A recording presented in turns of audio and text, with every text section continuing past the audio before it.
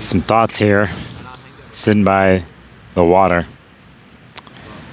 Things I've been thinking about the last 4 to 5 days traveling, especially when it comes to languaging and how people relate to each other, how cultures relate, if they relate, nations, the areas that have borders and what's across the other side of the border, people, humans. And this is coming to me because I think of the Jupiter and Cancer transit that's happening with the Venus conjunction this week. And I know a lot of us on the internet are talking about wishes and being hopeful and thinking of something that's deep and ancestry oriented, possibly in the Cancer part of your chart, or creating a new vision of what family is in that part of your chart. It's all ruled by the moon. And one can look to their own natal moon in their chart for more insight on this transit. But anyway, while I was traveling and been traveling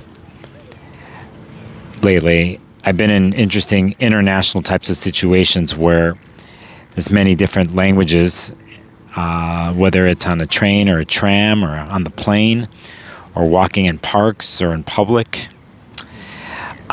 hearing so many different languages, watching so many people move through the world the way they do, like their body language. Just so you know, from my observations, everybody's staring down at a phone. So regardless of what country you're from, what language you speak, or how old you are, for the most part, everybody's scrolling on phones. So it made me think about years ago when I was in Tokyo a couple times on tour with a band. I was taking pictures and how cell phones were around, but it was just texting was just starting to happen. And I remember seeing the future of phones in Shinjuku and Akihabara, like the two electronic cities they call them in Tokyo, and seeing the newest gadgets. And it was like a year and a half later in the States where you saw those gadgets that were already in Japan. And I was already seeing how people were interacting then, but still they weren't looking at their phones. They if they were on their phones, they were walking and looking forward and just holding the phone up to their face. So saying that, there's some universal things out there. And this is what I'm thinking of. I'm thinking about the universal things. And I'm thinking about how the other day I was in a situation where I was waiting to get some food, and someone behind the counter was obviously was a Muslim. And I don't know which Arab country they were from or whatever, but really sweet. Mind you, this is in Australia. And there was a family. I think they were Chinese, and so they didn't know English. They're trying to communicate with the person behind the food counter, and they couldn't. And, it's something very simple as to what to order and what to eat. But they all had a good laugh doing it.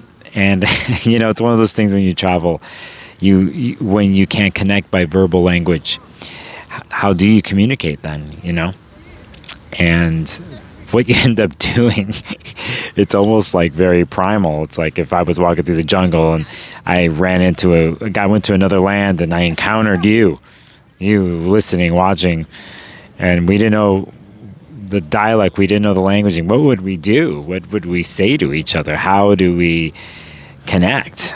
And and before something like that happens, there is the comfortability, that the habits that people are carrying in their world and how they're in the world. And all of a sudden there's a foreign person or a situation that comes into the world, and it's interesting what happens. Sometimes people get in a fight or flight mode. They're in a fight mode, a defensive mode.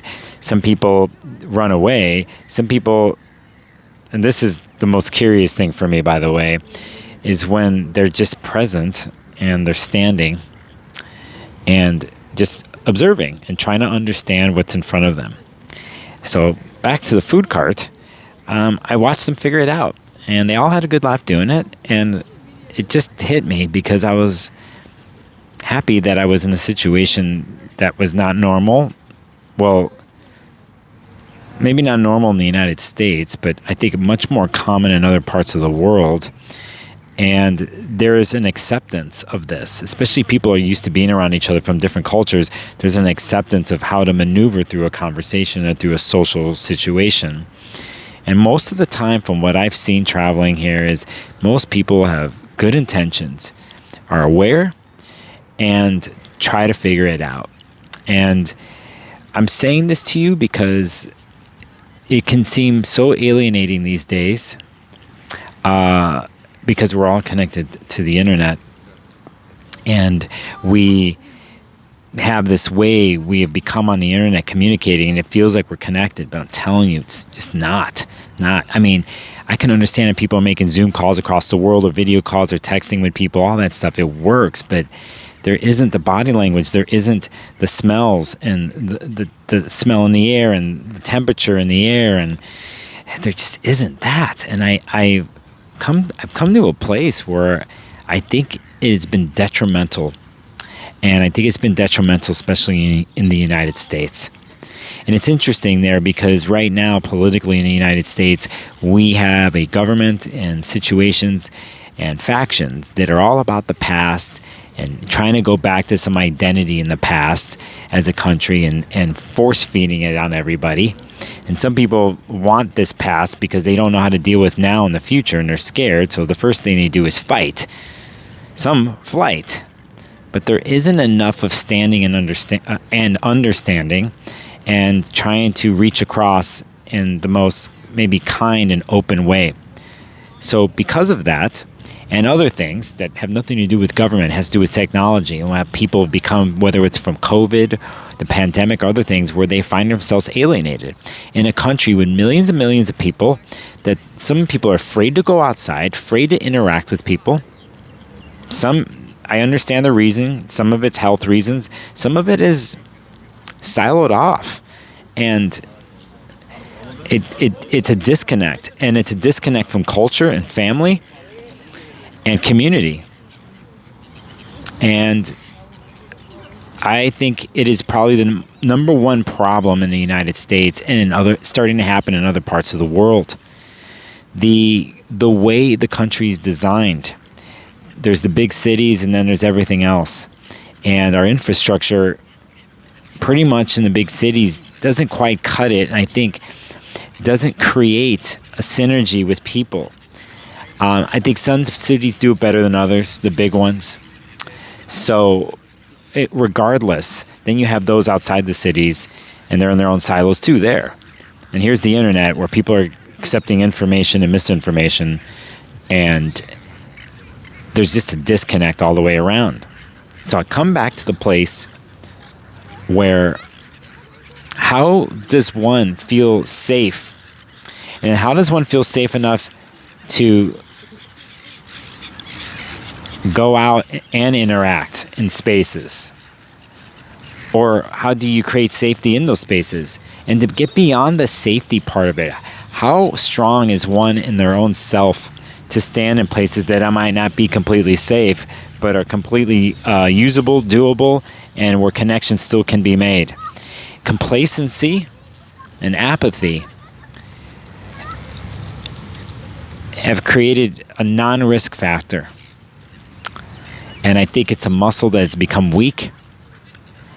And I feel you do have to risk if you want to connect. You do have to risk again if you want to connect face to face. So it's not as easy, I understand, and there's some political motivations for people and all that. But you don't want to, in my opinion, you don't want to stay siloed. I've just seen it here in other parts of the world where people are still risking. They still have courage to walk down the street, even if it's a foreign land for them, because they are needing to survive. And when you're in that place, it's not fight or flight. It's more like, I need to do this. I immigrated to a country, and I'm trying to figure out the language, and I need to eat, and I'm here for whatever reasons, and people figure it out. My parents figured this out in the late 60s. They immigrated to the States. They worked their ass off not knowing English. They put themselves out there. It's a hard go. Without technology, millions of other people have done this and have created things.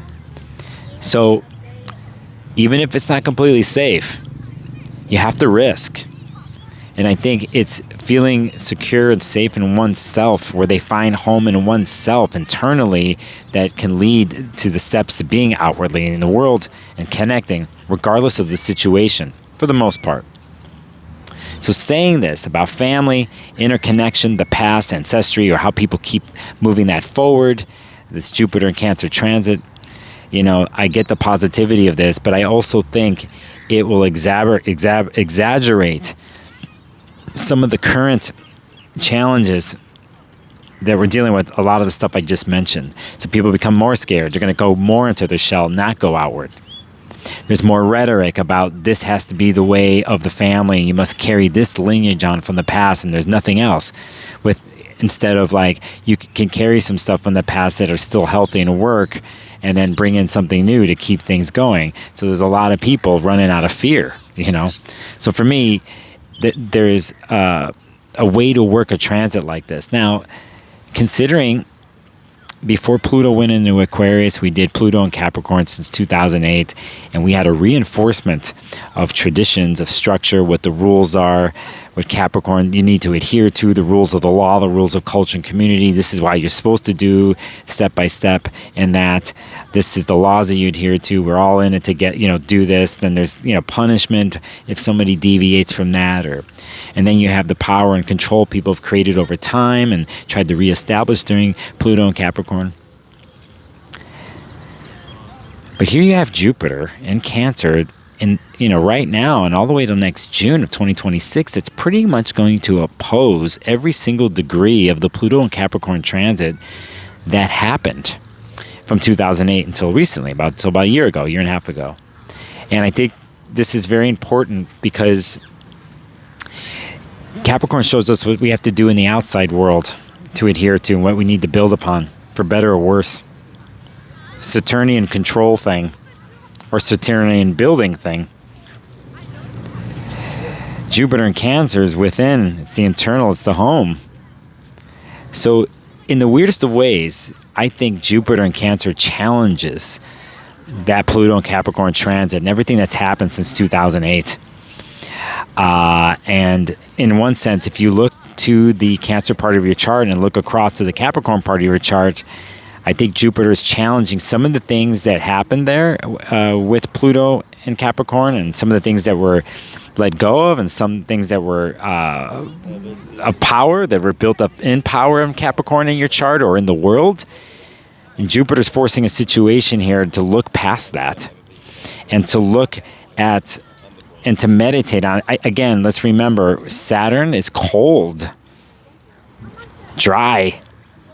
The moon is moist, ruling Jupiter in Cancer. So there's a different type of movement and energy, and it's emotional, and it's not logical. And that doesn't necessarily fall into the sense of Saturnian time. It's a different type of structure. Like I talked about on my last forecast about water. That's not binary. It's waves and kaleidoscope of emotions and waves that move in and out. I think where it can get stuttering, it gets stuck, is when people are stuck in emotional stories and can't move through or don't know how. But in general, it's just like what you see in front of you. Just always moving, strong or soft, deep or shallow. But it's moving. And I think Jupiter or Cancer in general has something just as strong, or maybe even stronger than a Capricorn story. And it is the sense of the emotional need to move forward and to procreate, whether it's ideas or living beings.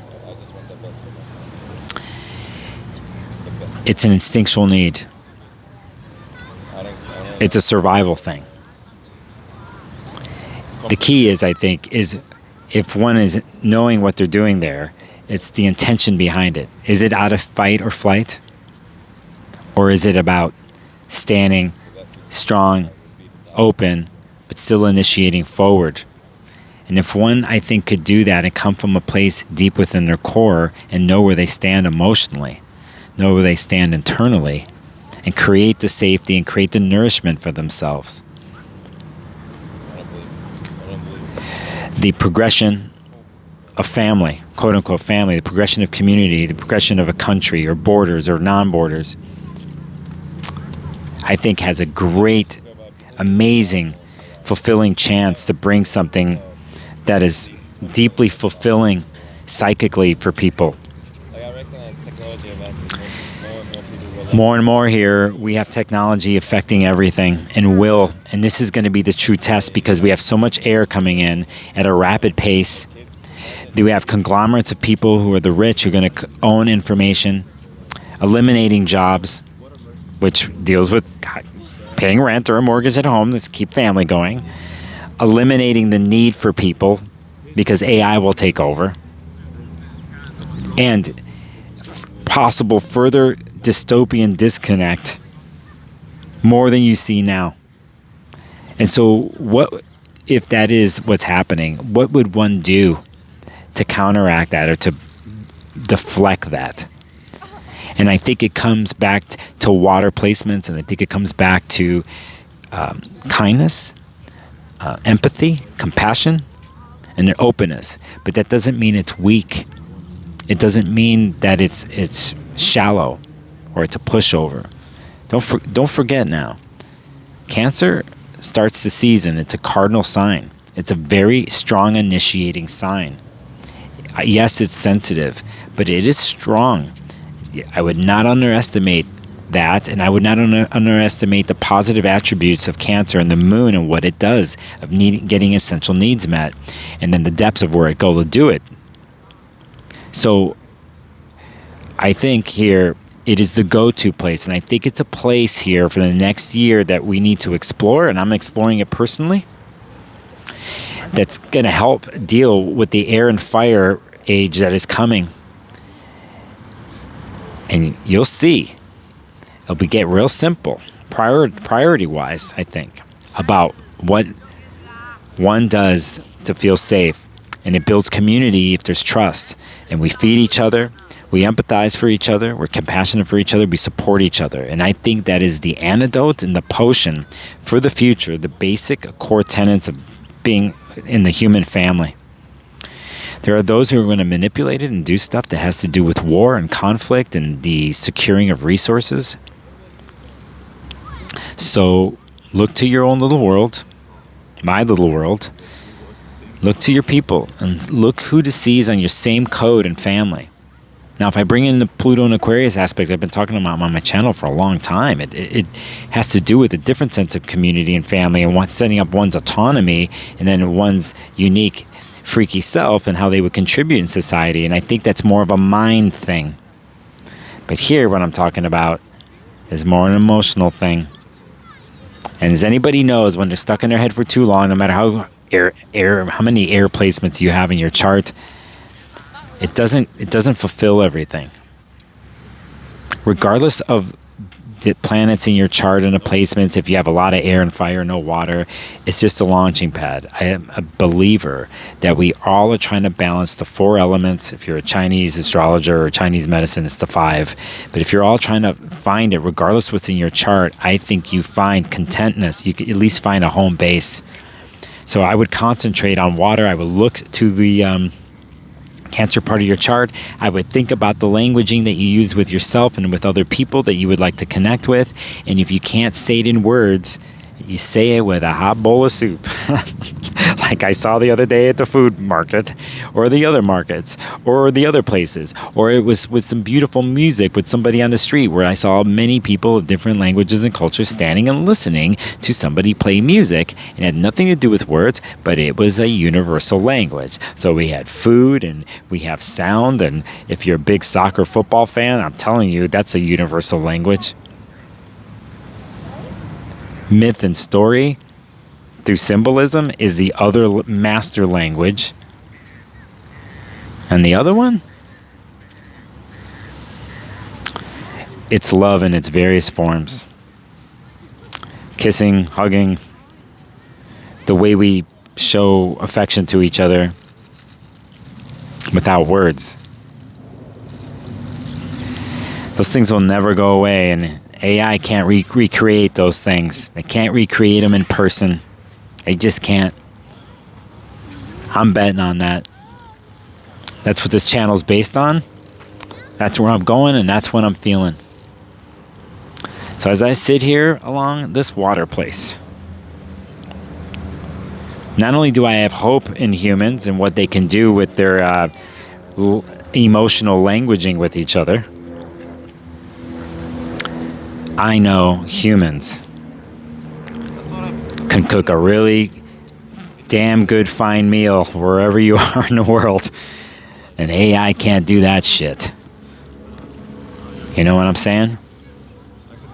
So, whenever you listen and watch this, you're eating an apple, you're having a sushi roll, maybe you're having some curry,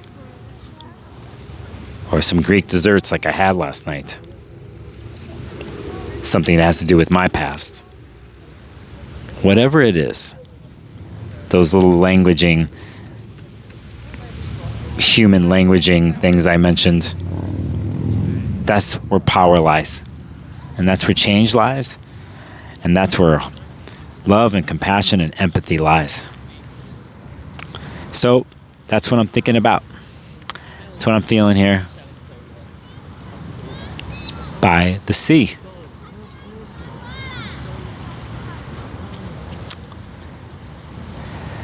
Thanks for listening. If you are new, do the like, subscribe. I don't know what format you're going to listen to this on. Look towards the sky or something. Throw a rock in the water where I'm about to do and make a wish and a prayer. Just know we do it with love, right? And we do it to fill our cups.